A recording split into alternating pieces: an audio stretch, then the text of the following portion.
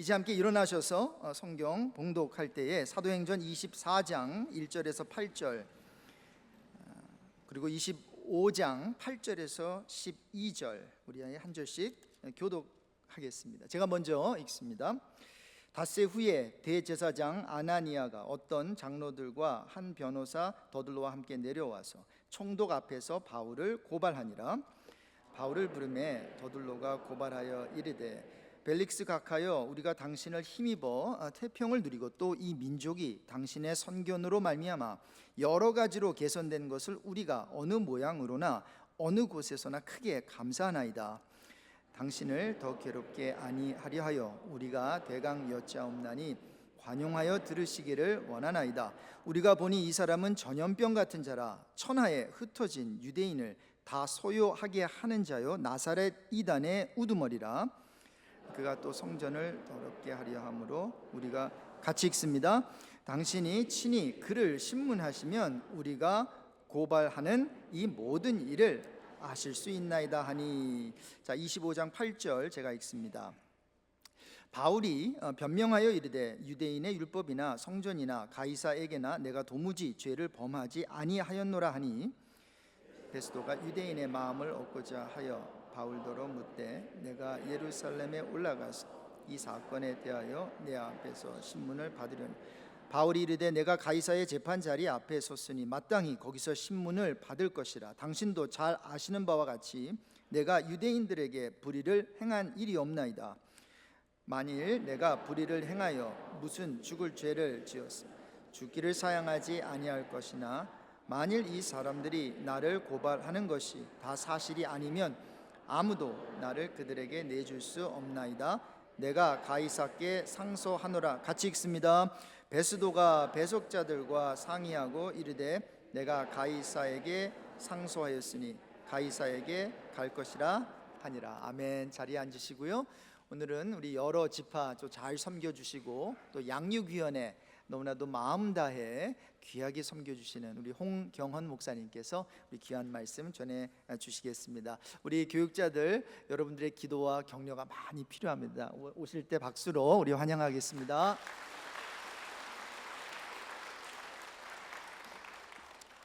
할렐루야. 아멘. 네. 오늘 우리에게 주어진 본문 24장 1절부터 25장 12절인데 우리가 앞부분 그리고 뒷부분 우리가 이렇게 함께 봤습니다. 우리에게 주신 하나님의 귀한 말씀인 줄로 믿습니다. 그래서 오늘 그 본문 사도 바울의 스토리는 마치 영화의 이 그 스토리의 하이라이트, 그래서 모든 사건이 막 급박하게 돌아가는 그 영화의 그 절정 부분처럼 그렇게 보입니다.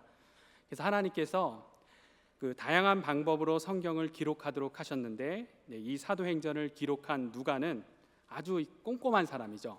그래서 그야말로 MBTI 왕 제2의 그 성향.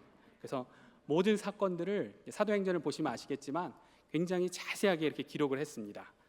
그래서 이 사도 바울 일행이 전도 여행 중에 탄 배가 구브로 섬, 지금의 이 사이프러스 공화국이죠. 구브로 섬을 지날 때는 섬을 왼편에 두고 지나갔냐 오른편에 두고 지나갔냐 그것까지 그냥 자세하게 그렇게 기록을 해놨습니다. 그래서 오늘 우리가 본 이 본문 등장하는 인물들도 보면 이 누가가 대충 적는 것이 없죠. 그래서 직책과 이름, 그래서 대제사장 아나니아, 변호사 더둘로, 로마 총독 벨릭스, 그리고 이제 중간에 우리가 이제 생략한 본문이 있지만 그 사이에 이제 2년이라는 시간이 흘려서 이제 총독이 바뀝니다. 그 사람이 또 신임 로마 총독 베스도, 그 이름까지 직책까지 이렇게 자세하게 기록합니다. 그리고 이 사건이 있었던 장소와 기간에 대해서도 최대한 이 누가는 정확하게 기록하고자 노력했습니다. 그래서 우리가 읽지 않은 그 중간 본문 보면 이 새로운 총독 베스도가 부임한 지 3일 후에 가이사랴에서 예루살렘으로 갔다. 그리고 또 베스도가 정확하지는 않지만 이제 최대한 정확하게 적는 겁니다. 8일 또는 10일을 지난 후에 가이사랴로 내려갔다. 그래서 이렇게 아주 최대한 자세하게 정확하게 기록하려고 했던 것을 알 수 있습니다. 그래서 우리 생각에는 하나님께서 이 누가 같은 그런 사람들만 이 성경을 기록하도록 하셨으면 성경이 훨씬 더 정확했을 텐데 우리가 그런 생각을 할 수 있는데 아니죠. 하나님의 기쁘신 뜻은 다양한 사람들을 통해 또 성경도 하나의 장르만이 아니라 다양한 장르로 그렇게 말씀을 기록하도록 하셨습니다. 그런데 오늘 우리가 먼저 주목해서 봐야 할 오늘 본문에 나오는 이 등장인물은 바로 변호사 더둘로입니다. 그래서 오늘 첫 구절 1절을 보면 이렇게 돼 있죠. 닷새 후에 대제사장 아나니아가 어떤 장로들과 한 변호사 더둘로와 함께 내려와서 총독 앞에서 바울을 고발하니라, 이렇게 돼 있습니다. 이렇게 대제사장이 장로들과 함께 이 더둘로라는 이 변호사를 데려오죠. 근데 지금도 그렇고 그 당시에도 그렇고 이 변호사님들이 어떤 분들입니까? 말을 굉장히 잘하시는 분들이죠. 그것도 이 대제사장 장로들이 당시에 이 로마의 변호사들 중에서도 얼마나 이 탁월한 변호사를 찾아가지고 이곳 예루살렘 또 지금 이 가이사랴까지 데리고 왔겠습니까? 그래서 오늘 이 더둘로가 총독에게 말하는 것을 보면은 이 변호사가 더둘로가 얼마나 달변가였나 그것을 알 수 있습니다. 우리가 읽었지만 다시금 24장 3절 4절 한번 이 더둘로가 어떻게 그의 말을 시작하는지 한번 같이 읽어보도록 하겠습니다. 시작.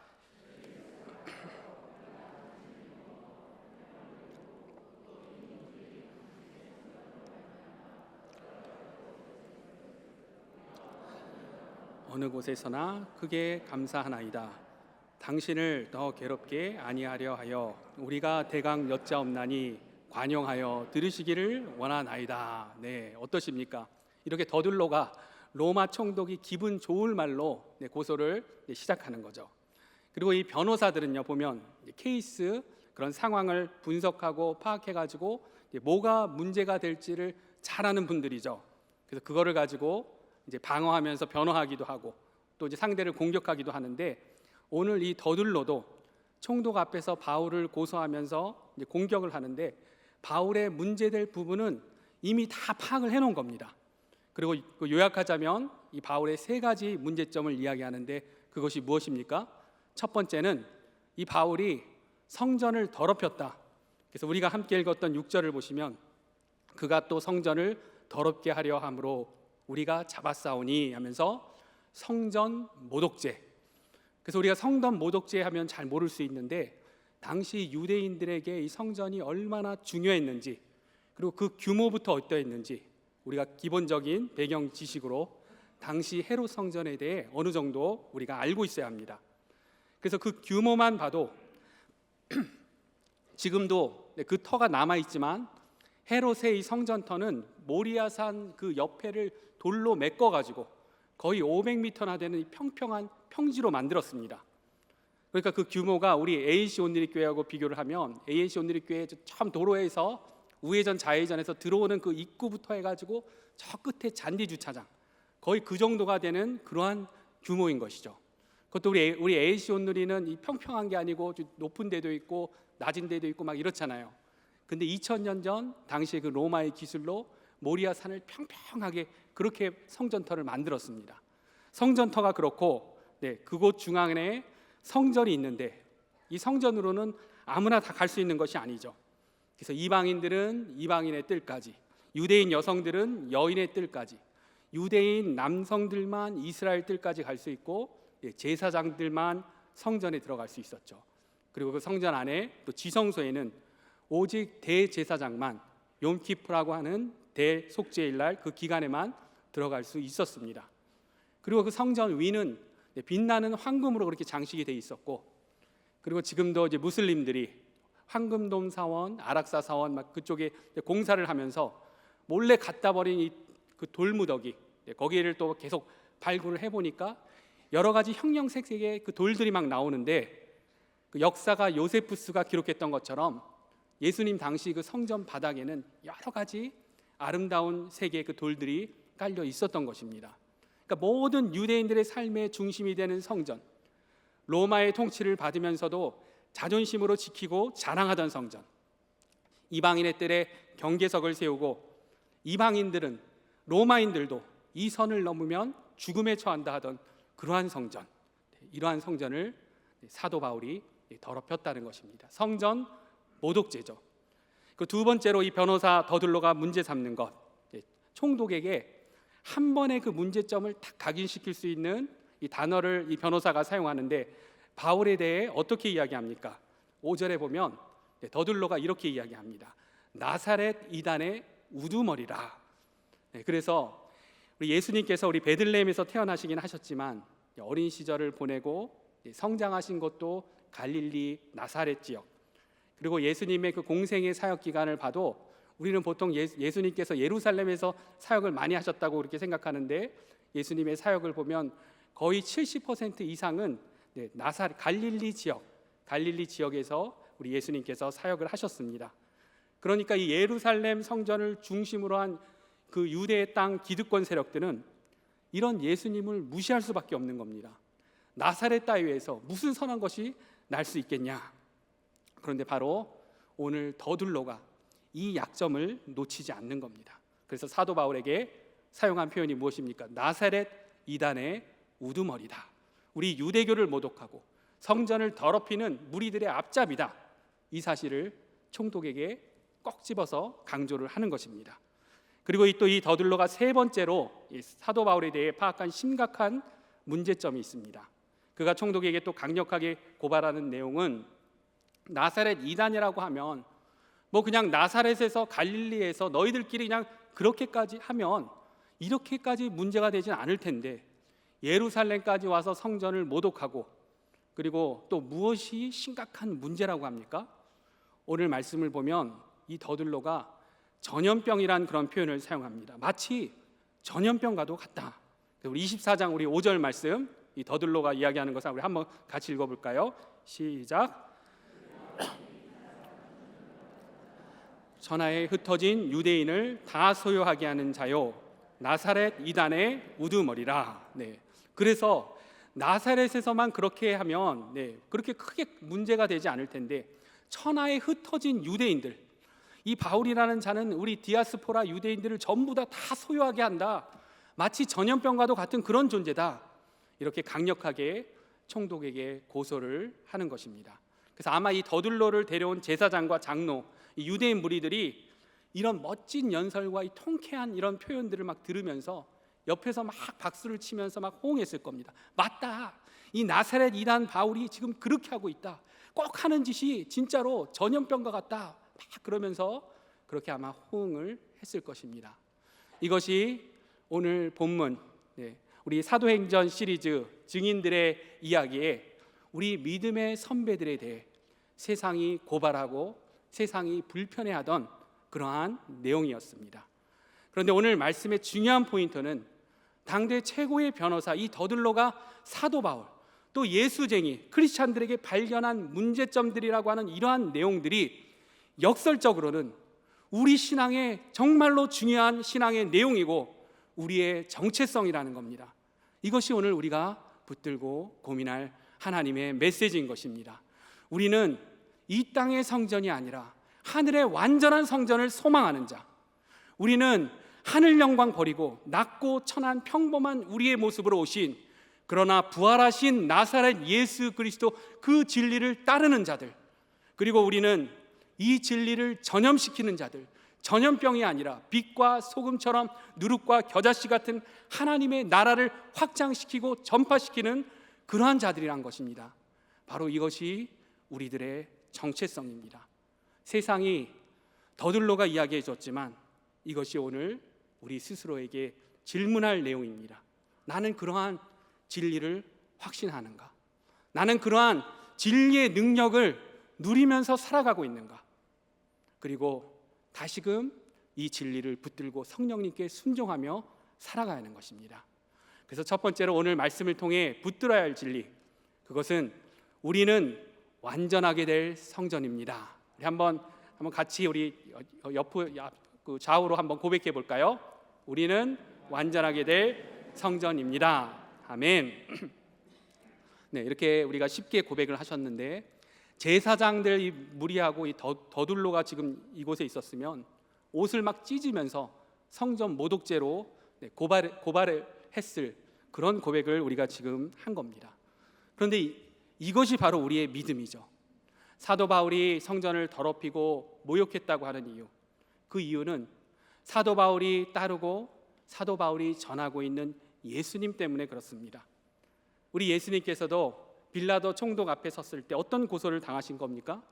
우리 예수님께서 자꾸 하나님의 아들이라고 하니까 하나님을 모독한 신성 모독죄죠. 또 다른 죄는 성전을 더럽힌 죄입니다. 예수님께서 계속해서 그렇게 말씀하시고 가르치셨기 때문에. 우리 요한복음 2장 19절에서 우리 예수님께서 뭐라고 말씀하셨습니까? 예수께서 대답하여 이르시되 너희가 이 성전을 헐라 내가 사흘 동안에 일으키리라. 이렇게 우리 예수님이 가르치셨습니다. 예수님은 새로운 성전, 사흘 동안에 새롭게 일으키실 성전에 대해 말씀하셨습니다. 그런데 오늘 이 사도 바울은 이 진리를 너무나 잘 알고 있는 것이죠. 그래서 이 사도 바울이 에베소 교회에 보내는 편지에서 예수님으로부터 깨달은 이러한 성전에 대해 에베소서 그 교인들에게 어떻게 이야기합니까? 우리 에베소서 2장 20절부터 우리 22절 말씀도 우리 함께 같이 읽도록 하겠습니다. 시작.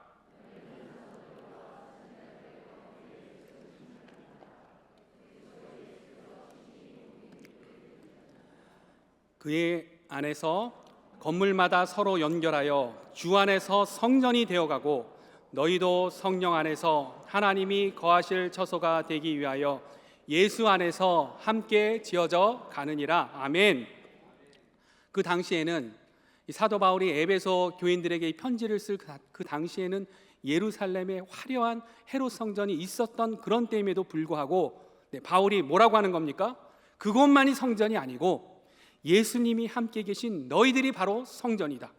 너희들이 성령 안에서 예수 안에서 하나님이 거하실 처소로 그렇게 지어져 가고 있다. 예수님이 말씀하신 새로운 성전에 대해 사도 바울은 너무나 잘 알고 있는 것입니다. 그런데 이것이 오늘 우리도 잊지 말아야 할, 우리가 붙들어야 할, 다시금 기억해야 할 그러한 진리인 것입니다. 우리 교회 새가족분들이 오시면 새가족팀에서 우리 1, 2강을 이제 나눔을 하고 또 목양 장로님들과 이제 3강 하면서 이제 교회 생활, 신앙 생활 이런 거에 대해서 나누고 목양 목사님들하고 이제 4강을 하고 이제 수료식을 하게 되는데 새가족 4강의 그 내용이 교회란 무엇인가라는 그러한 내용입니다. 근데 그러면 그 기억나시는 분들 계시겠지만 그 내용 중에 교회란 보이는 교회와 보이지 않는 교회, 또 모이는 교회와 흩어지는 교회가 있다라는 그런 내용이 있습니다. 그래서 교회는 어떤 건물로서의 그런 교회가 아니고 주일날 다 같이 모이는 이곳만이 교회가 아니고 어디서 모이든 소그룹이 모이든 그렇게 모이는 다락방도 작은 교회이다. 이러한 설명을 하는데 아무리 그래도 설명을 하면서도 우리는 이 건물로서의 그 교회, 또 다 같이 모이는 이 교회에 우리는 집착하게 됩니다. 그런데 그러다가 무엇이 진정한 교회인지 고민할 수밖에 없는 상상하지도 못했던 그러한 코비드 팬데믹이 우리에게 왔죠. 이 팬데믹에 우리가 무엇을 경험했습니까? 건물로서의 교회는 아예 올 수도 없는 그러한 상황. 아무리 멋지고 화려한 교회일지라도 우리가 알게 된 사실은 이 건물 자체는 교회를 담고 있는 것뿐이지 교회 자체가 아니구나. 우리가 그 사실을 더욱 분명히 알게 된 것입니다. 그런데 우리의 연약함은 외부적인 것에 자꾸만 더 집착하게 되죠. 이 건물이 담고 있는 교회를 봐야 하는데 자꾸만 다른 것을 보게 됩니다. 예수님이 가르쳐 주신 교회, 사도 바울이 깨달은 진리, 그것은 내가 교회이고 내가 성전인데, 우리가 교회고 우리가 성전인데 그것을 잊고 다른 것을 자꾸 비판하게 됩니다. 다른 덜 중요한 것을 문제 삼게 됩니다. 그러나 예수님이 말씀하신, 예수께서 죽음에서 사흘 만에 새롭게 일으키신 새로운 성전의 그 시대에 살고 있는 자라면 모이는 교회, 흩어지는 교회, 보이는 교회, 보이지 않는 교회, 성전된 우리 가정, 성전된 우리 다락방, 건물로서가 아닌 어떤 교회에서도 하나님을 만나고 예배할 수 있는 그런 특권을, 그런 축복을, 그런 은혜를 우리가 지금 누리고 있어야 하는 것입니다. 그러기 위해서는 에베소서 말씀처럼 죄인된 우리들의 노력이 아니라 고슴도치처럼 가까이 다가갈수록 서로 이렇게 찔리는 우리 안에서가 아니라 성령 안에서, 예수 안에서 우리가 함께 지어져 가야 하는 것입니다. 그런데 우리가 이것을 너무 잘 알기는 아는데, 그런데 우리의 모습만 보면 실망스러울 때가 있죠. 함께 지어져가는 것을 그냥 포기해버리고 싶을 그러한 때가 있습니다. 그렇기 때문에 이 새로운 성전에 관해 잊지 말아야 할 더 중요한 그런 내용이 있습니다. 그것은 바로 요한계시록에 사도 요한이 환상으로 본 마지막 날 하늘에서 내려올 새 예루살렘 성과 새 성전의 모습입니다. 이 사도 요한은 하늘에서 내려오는 이 새로운 예루살렘 성에서 이 새로운 성전이 어떤 모습일까, 그것이 굉장히 너무나 궁금했을 것입니다. 그리고 이 요한계시록의 이 시대는 헤롯 성전이 로마에 의해서 다 무너져 버린 그런 시대였죠. 그렇기 때문에도 더 이 성전이 어떻게 생겼을까, 이전 헤롯 성전보다 얼마나 더 화려한 성전의 모습일까.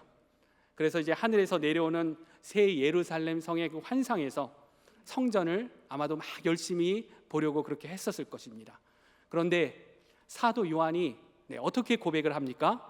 우리 요한계시록 21장 우리 22절 23절 우리 사도 요한의 이 고백을 우리 함께 같이 읽도록 하겠습니다. 시작. 이는 주 하나님 곧 전능하신 이와 및 어린 양이 그 성전이심이라. 그 성은 해나 달의 비침이 쓸데없으니 이는 하나님의 영광이 비치고 어린 양이 그 등불이 되심이라. 아멘. 우리에게 약속된 새 예루살렘 성의 성전은 어떠합니까? 이 땅에서 불완전한 그러한 성전이 아니라 해와 달의 빛도 필요 없는 하나님의 영광과 어린 양의 등불 대신 하나님과 어린 양 예수 그리스도가 완전한 우리의 성전이 되시는 것입니다. 이것이 바로 오늘 더들로에게 성전 모독죄로 고발당한 우리들이 붙들고 있어야 하는 그러한 진리, 우리 예수님께서 우리에게 알려주신 새로운 성전인 것입니다. 그렇기 때문에 때로는 실망스러워도, 이 성전됨이 힘들어도 우리가 내 자신이 성전됨을 포기할 수 없는 것입니다. 왜냐하면 완전한 하늘 성전이 있기 때문에 그 하늘 성전의 소망을 두고 예수 안에서, 성령 안에서 아름답게 지어가고자 그렇게 순종하며 살아가는 것이 하나님 백성이 하나님 기뻐하실 그러한 모습이고, 그것이 우리의 믿음인 것입니다. 오늘 더들로가 일깨워준 그러한 진리죠. 우리는 완전하게 될 성전입니다. 두 번째로 이 더들로가 고발한 내용, 역설적인 그러한 진리는 우리는 나사렛 예수를 따르는 자들입니다. 우리 한번 같이 고백하도록 하겠습니다. 우리는 아멘. 그래서 또 방금 제사장과 더들로에게 나사렛 이단을 따르는 이 무리들이라고 고발당하고 정죄당할 그런 고백을 우리가 한 거죠. 우리는 예루살렘의 예수가 아니라, 그리스 로마의 예수가 아니라, 인도의 예수가 아니라, 사우디아라비아 이 메카의 예수가 아니라 나사렛 예수를 따르는 자입니다. 나사렛은 지극히 작고 평범한 마을, 예수님 당시에도 아주 적은 사람들이 모여 살던 그러한 조그만 마을. 그래서 이 나사렛을 발굴하면 무덤이 계속 나옵니다. 그래서 예전에는 무덤밖에 안 나오기 때문에 이런 곳에 사람이 살았을 리가 없다 했는데, 근데 지금 그 마리아 수태고지 기념교회 바로 앞에서도 그렇고 예수님 당시에 그 사람들이 살던 터가 계속해서 발굴이 되고 있습니다. 예수님 당시에 아주 작은 마을이었던 것을 알 수 있습니다. 그래서 이 갈릴리도 유대의 정통성이 떨어지는 이방의 도시하면서 무시하는 곳인데, 그 옆에 이 나사렛 촌동네는 더욱 무시될 그러한 곳이죠. 그리고 그것도 그 작은 나사렛에서 예수님께서 아버지를 도와서 하셨던 일은 지극히 평범한 목수의 일. 그래서 이스라엘의 이 집은 나무만이 아니라 이 돌들을 많이 사용했기 때문에 나무도 깎고 우리 예수님께서 이 돌도 다듬는 그러한 일들을 하셨을 겁니다. 근데 인류를 구원할 이 메시아로서는 너무 보잘것없고 평범한 그러한 배경을 갖고 계신 것이죠. 그런데 왜 우리가 이러한 나사렛 예수를 2000년 지난 지금까지 우리가 왜 이러한 나사렛 예수를 따르고 있습니까? 세상은 우리를 동일하게 고발합니다. 나사렛 이단을 따르는 그러한 자들이다. 그리고 이 시대에 굳이 나사렛 예수 말고도 더 그럴듯해 보이는 다른 진리들도 얼마든지 우리 곁에 있습니다. 그래서 모든 것을 다 부정하고 모든 것을 비우고 그렇게 모든 고통과 아픔도 초월하고 그 내면을 다스리고자 하는 그러한 종교, 더 멋있어 보이지 않습니까? 왜 우리가 나사렛 예수를 따릅니까? 이 시대에 또 더 이게 매력적이고 지적으로도 보이고 편리한 것은 무신론이죠. 그런데 이 무신론은 어느 종교보다도 강력한 믿음을 요구하는 종교입니다. 이 모든 세상 우주는 우연히 존재하고 있다라는 어떤 그러한 강력한 믿음, 그 우연히 존재하는 것들이 또 기계적으로 이렇게 질서 있게 우연히 돌아가고 있다라는 그 강력한 믿음, 우리 자신도 우연히 존재했고 우리의 죽음은 마치 컴퓨터의 배터리가 다 하면 모든 것이 중지되는 것처럼 우리의 죽음도 그런 것이다라는 그러한 강력한 믿음. 그러나 끝이 아니라 켜져 있는 이 컴퓨터처럼 존재하고 있으면서 누가 이 파워를 켰는지는 고민하지도 않고 그냥 편하게 모든 것이 우연이라고 믿는 그러한 종교인 것이죠. 그런데 편리합니다. 이러한 편리한 신앙을 놔두고 우리가 왜 나사렛 예수를 따르고 있습니까? 이 질문에 대한 답을 오늘 이 사도행전의 사도 바울이 분명히 하는 것입니다. 로마의 식민지의 그 촌동네 나사렛하고는 비교할 수도 없는 대도시 다소 출신의 이 사도 바울, 그 유명한 이 클레오파트라와 안토니우스가 만나기도 했던 그런 역사적인 도시가 그 다소 아닙니까? 그러한 곳의 출신, 너무나 평범한 이 식민지 나사렛 목수 출신이 아니라 태어나면서부터 로마 시민권자요, 가말리알 문화에서 최고의 이 교육을 받았던 사도 바울, 바리새파 중에 바리새파요, 한때 이 대제사장의 권세를 받아서 나사렛 이단의 무리들을 핍박하는데 앞장서던 사도 바울. 그런데 이러한 사도 바울이 그 보잘것없어 보이는 나사렛 이단의 우두머리가 된 이유가 무엇입니까? 바로 그것은 그가 다메섹에 이 크리스찬들을 체포하러 가는 길에 말에서 거꾸러지며 그가 만났던 죽음에서 부활한 그 나사렛 예수 그리스도, 그 사건 말고는 이 사도 바울을 이해할 방법이 없는 것입니다. 이 죽음에서 부활한 나사렛 예수가 그의 삶을 송두리째 바꿔 놓았습니다. 이 나사렛 예수의 영이 계속해서 사도 바울과 함께합니다. 전도의 그 여정에서도, 감옥에서도 함께 말씀하시며 함께 동행하시며 그렇게 사도 바울과 함께하고 있습니다. 이 나사렛 예수의 영이 하나님의 나라를 대적하는 세력들에 대해서 놀라운 능력을 행합니다. 오늘 그렇게 사도 바울이 로마의 총독 앞에서 자신이 한때 따르고 섬겼던 제사장과 유대인들 앞에서 자신을 그렇게 증거하는 것입니다. 나는 그렇기에 나사렛 예수를 따르는 자가 되었다. 세상은 우리를 나사렛 이단에 빠진 자들이라 합니다. 예수장이라 합니다. 우리가 그렇게 세상에 낙인 찍힌 자들입니다. 개독교라고 낙인이 또 찍혔죠, 요즘은요. 그런데 이왕 그렇다면 오늘 말씀 앞에 우리는 세상의 많은 종교들 가운데, 믿음 가운데 나사렛 예수를 왜 택했는지를 답할 수 있어야 합니다. 우리가 오늘 바울처럼 나사렛 이단으로 정죄받는 그러한 자들이라면 사도 바울과 우리 믿음의 선배들이 그랬던 것처럼 우리에게도 동일한 그러한 고백이 있어야 합니다. 하나님께서 우리를 부르시는 방법은 다양하지만 어떤 방법으로 나를 부르셨든 나는 이렇게 나사렛 예수를 만나게 되었다. 나는 이렇게 나사렛 예수에 대해 알아가고 더불어 살아가고 있다. 우리가 기도할 때마다 예수님의 이름으로 기도를 하는데 나는 나사렛 예수, 그 놀라운 이름, 그 예수의 능력으로 살아가고 있는 자이다. 그러한 고백을 할 수 있어야 하는 것입니다. 그것이 우리가 나사렛 예수를 따르는 이유가 됩니다. 우리는 나사렛 예수를 만났고 그렇기 때문에 그 예수님을 따르며 배우고 그 능력으로 살아가는 자입니다.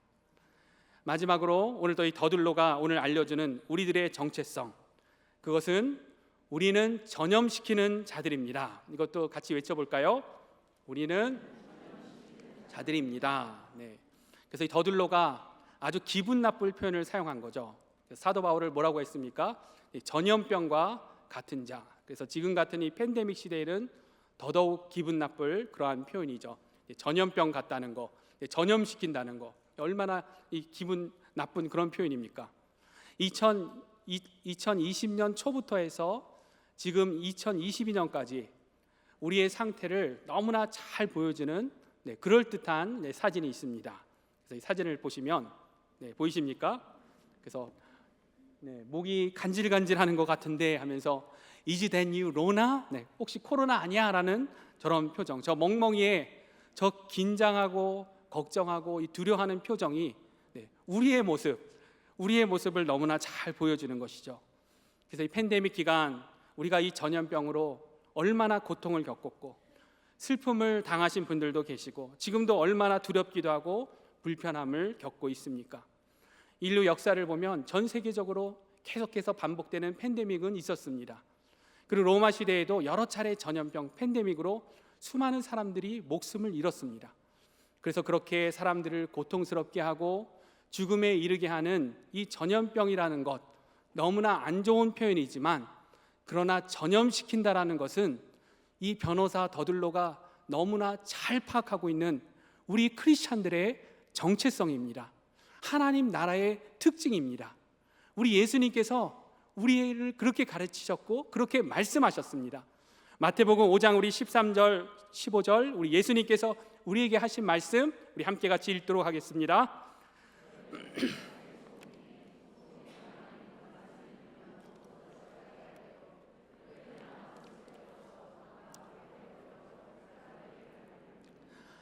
너희는 세상의 빛이라. 산 위에 있는 동네가 숨겨지지 못할 것이요 사람이 등불을 켜서 말 아래에 두지 아니하고 등경 위에 두나니 이러므로 집안 모든 사람에게 빛이 있느니라.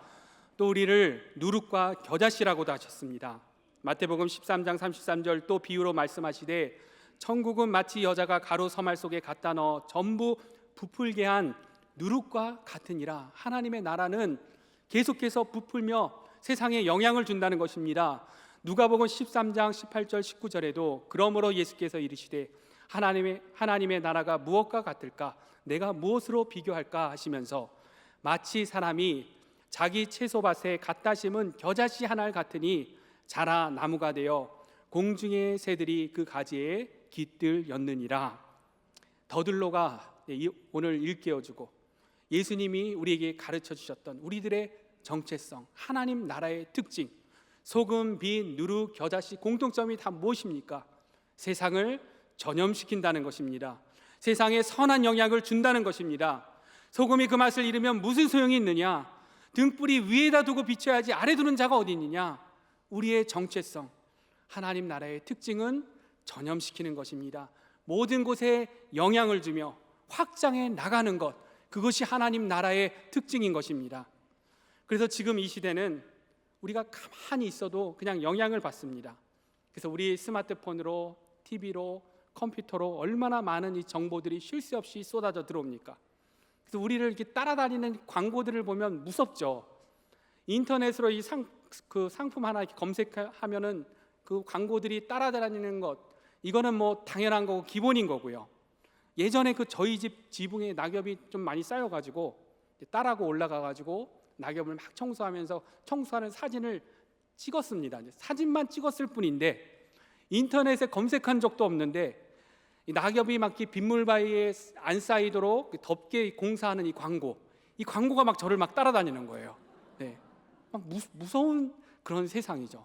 어떤 때는 보면은 우리가 막 말하는 이 음성을 막 인식해가지고 광고가 막 따라다니는 것 같은 그런 생각이 들기도 합니다. 참 그 등골이 막 옥삭한 그런 무서운 그런 세상이죠.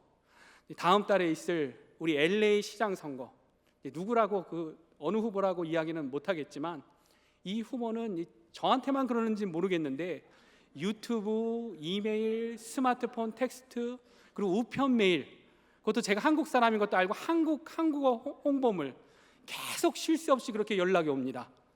또 이제 며칠 전에는 보니까요, 저희 앞집 아저씨 잔디에도 그분 이름이 이렇게 딱 꽂혀 있어요. 그래서 너무 이제 광고를 많이 들어가지고 이제 세뇌가 돼가지고 누구누구 can do 하면서 그분이 막 당선되면 홈리스 문제도 다 해결되고 LA가 막 천국처럼 될 것 같은 그런 생각이 듭니다. 그런데 아니잖아요. 투표는 자유지만 그런 것은 완전한 진리가 될 수 없습니다. 그런데 우리는 완전한 진리, 절대적인 진리를 붙들고 있는 자들입니다. 우리 믿음의 선배들이 생명을 걸고 전염시켰던 그 진리를 알고 있는 자들입니다.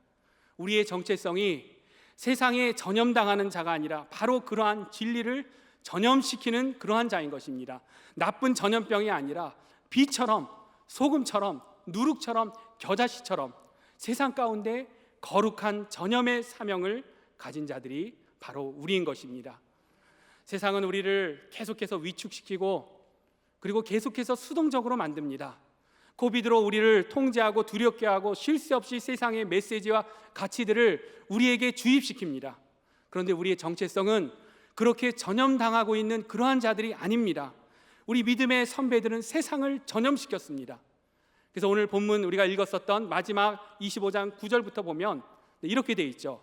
베스도가 유대인의 마음을 얻고자 하여 바울더러 묻되 내가 예루살렘에 올라가서 이 사건에 대하여 내 앞에서 신문을 받으려느냐. 그래서 로마의 총독, 새로운 총독 베스도는 예루살렘에서 이게 조용히 끝내려고 하는데 이 바울이 어떻게 했습니까? 로마로 가겠다고 하죠. 가이사에게 상소하겠다고 하죠. 위축된 자가 아니라 나아가는 그러한 자인 것입니다. 전염당하는 자가 아니라 전염시키는 자입니다. 사도 바울과 우리 믿음의 선배들은 로마가 이 세상을 잘 통치하고 잘 컨트롤하겠다고 그렇게 만들어 놓은 로마의 고속도로 아피아 가도를 통해 오히려 세상을 복음을 전파시키는, 세상의 복음을 전염시키는 그러한 일들을 했습니다. 우리가 그러한 정체성, 그러한 사명을 가진 그러한 자들입니다. 4차 산업혁명 시대에 이 세상이 우리를 더 통제하고 수동적으로 만들고 위축시키려고 그렇게 하지만 전쟁과 또 가슴 아픈 총기 사건과 세상은 나날이 악으로 그렇게 전염되어 가지만 우리는 이 시대에 오히려 로마의 대로로 담대히 나아갔던 우리 신앙의 선배들처럼 세상의 복음을 전염시키며 예수님 다시 오실 때까지 악과 맞서는 그러한 사명을 가진 자들입니다.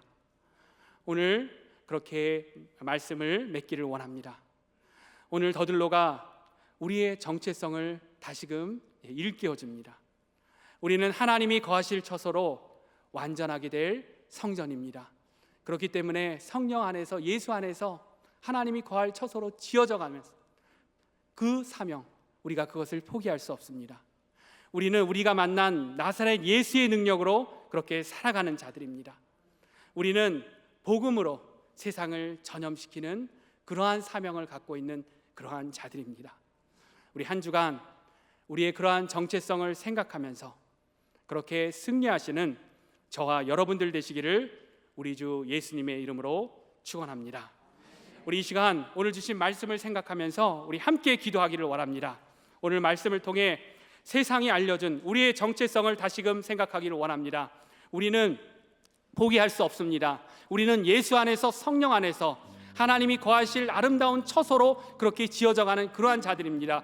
때로는 그것이 힘들고 때로는 포기하고 싶고 때로는 실망스러울지라도 우리에게 약속하신 완전한 하늘 성전, 하나님과 어린 양 예수님이 계십니다. 그렇기 때문에 우리의 소망을 두고 그렇게 살아갑니다. 우리는 다른 것이 아니라 나사렛 예수 그리스도를 만난 자이고 그렇게 그러한 능력으로 살아가는 자입니다. 그리고 그런 귀한 소식, 그러한 기쁜 복음을 예수님 다시 오실 그날까지 담대히 전파하는 그러한 자입니다. 우리가 그러한 우리의 정체성을 생각하면서 다시금 우리 함께 같이 고백하며 기도하도록 하겠습니다. 하나님, 오늘 주신 말씀을 생각하며 기도합니다. 하나님, 우리 더들로가 우리에게 알려준 정체성, 세상이 우리에게 알려준 정체성, 하나님, 우리는 하나님이 거하실 아름다운 처소가 되기 위해서 그렇게 성령 안에서, 예수 안에서 아름다운 성전으로 지어가는 자들입니다. 주님, 포기하지 않게 하여 주시옵소서. 때로는 실망스럽고 때로는 아버지 마음이 힘들지라도 아버지 계속해서 아름다운 하나님의 공동체로, 아름다운 성전으로 그렇게 세워갈 수 있도록 도와주시옵소서. 나사렛 예수 그리스도를 만난 아버지 하나님 그 은혜를 붙들고 그 능력으로 힘있게 살아가며 아버지 세상 끝날까지 하나님의 복음을 더 잘 감당할 수 있는 아버지 하나님의 귀한 아버지 그러한 정체성 가진 예수 하나님의 백성들 될 수 있도록 주님께서 도와주시고 역사하여 주시옵소서. 그렇게 붙들고 인도하여 주시옵소서. 우리를 통해 영광 받으실 하나님을 찬양합니다. 감사드리며 예수님의 이름으로 기도했습니다. 아멘. 이 시간 우리 자리에서 함께 일어나서 우리 마지막 찬양으로 고백드리도록 하겠습니다.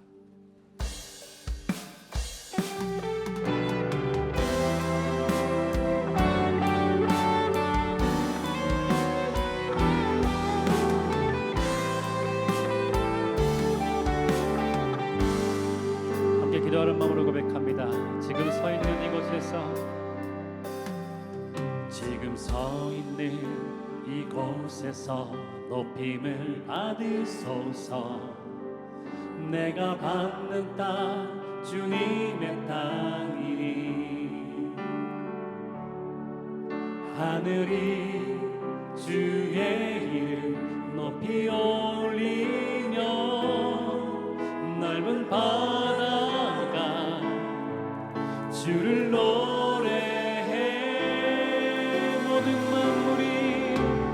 모든 만물 주를 경배해. 모든 입술 주를 찬양해. 천지를 만드신 나의 하나님, 천지를 만드신 만물의 통치자 높임을 받으소서. 내 평생에 주의 이름 높이며 어느 곳에서든지 주님을 예배하리라. 내가 밟는 모든 땅 아버지의 영광이 선포되어야 하리. 찬양하며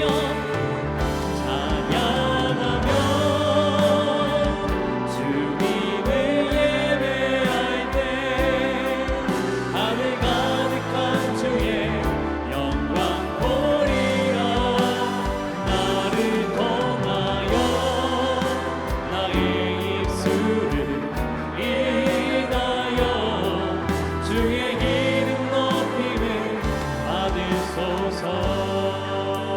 다시 한번 기도하는 마음으로 고백하기를 소망합니다. 지금 서 있는 이곳에서 높임을 받으소서. 내가 밟는 땅 주님의 땅이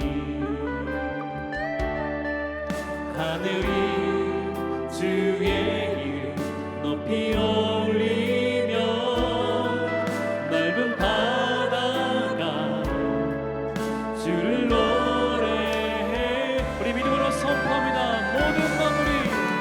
모든 만물 주를 경배해. 모든 입술 주를 찬양해. 천지를 만드신 만물의 통치 나를 통하여 높임을 받으소서. 주님을 높여드립니다. 내 평생에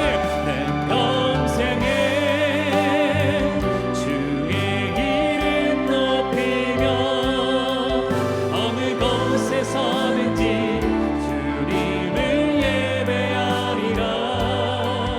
내가 밟는 모든 땅 아버지 주님의 영광이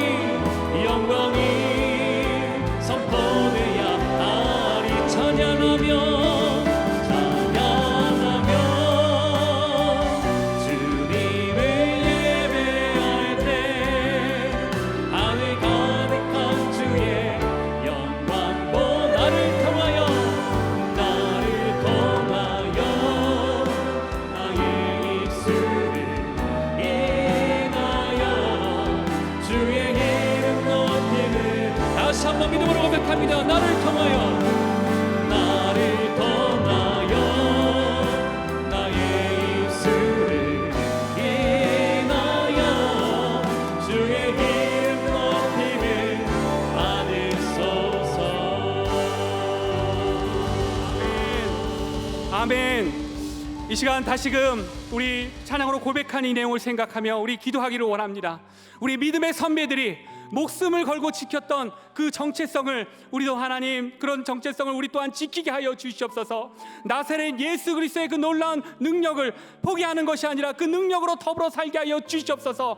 하늘 성전에 소망 들고 우리의 주님이 주신 그 귀한 기쁜 복음을 세상에 전하는 그 사명 더 잘 감당할 수 있는 증인된 삶 될 수 있도록 우리 삶 가운데 그렇게 역사하여 주시옵소서. 우리와 동행하여 주시옵소서. 우리 그렇게 간구하면서 이 시간 다시금 함께 기도하도록 하겠습니다. 하나님, 주님, 우리와 함께하여 주시옵소서. 주님, 우리 믿음의 선배들이 아버지 하나님 그 끝까지 붙잡았던, 생명을 걸고 지켰던 아버지 하나님 그 귀한 진리, 그 정체성, 아버지 하나님 그 능력으로 살아가게 하여 주시옵소서. 하늘 성전을 소망하며 이 땅 가운데 아름다운 성전을 이루며 살아가게 하여 주시옵소서. 나사렛 예수의 그 능력으로 아버지 하나님 그 능력과 더불어 아버지 능력으로 살아가는 그런 자들 되게 하여 주시옵소서. 예수 그리스도 다시 오실 때까지 정말 포기하는 것이 아니라, 위축되는 것이 아니라, 예수 그리스도의 그 귀한 복음을, 기쁜 소식을, 우리에게 주신 그 놀라운 능력을, 그 은혜를 세상 끝까지 전할 수 있는 그런 아버지 하나님 백성 될 수 있도록 우리 삶 가운데 역사하여 주시옵소서. 우리를 붙들어 주시옵소서. 그렇게 살아갈 수 있도록 주님 역사하여 주시옵소서. 하나님 함께하여 주시옵소서. 우리 주 예수의 이름으로 기도드렸습니다. 하나님의 은혜 감사합니다.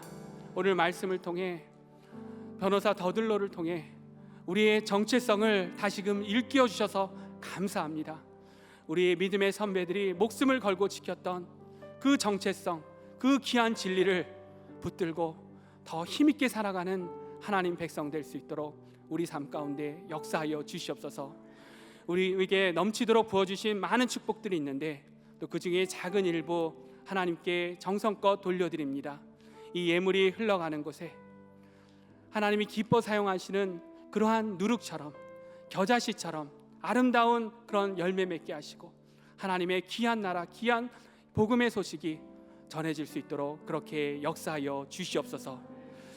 이제는 완전한 성전, 어린 양 등불 대신 예수 그리스도의 은혜와 해와 달의 비침이 필요 없는 빛나는 하나님의 사랑과 우리를 하나님이 거하실 처소로 아름답게 지어가고 계신 성령님의 역사하심이 우리의 정체성을 다시금 붙들고 그 진리를 담대히 전파하며 전염시키며 살아가기로 결단하는 하나님의 귀한 백성들, 그 믿음의 발걸음 위에, 그 귀한 마음 위에 이 시간에도 하나님 나라 위에 수고하시는 선교사님들 사역 위에 지금으로부터 영원토록 함께 있을지어다. 아멘.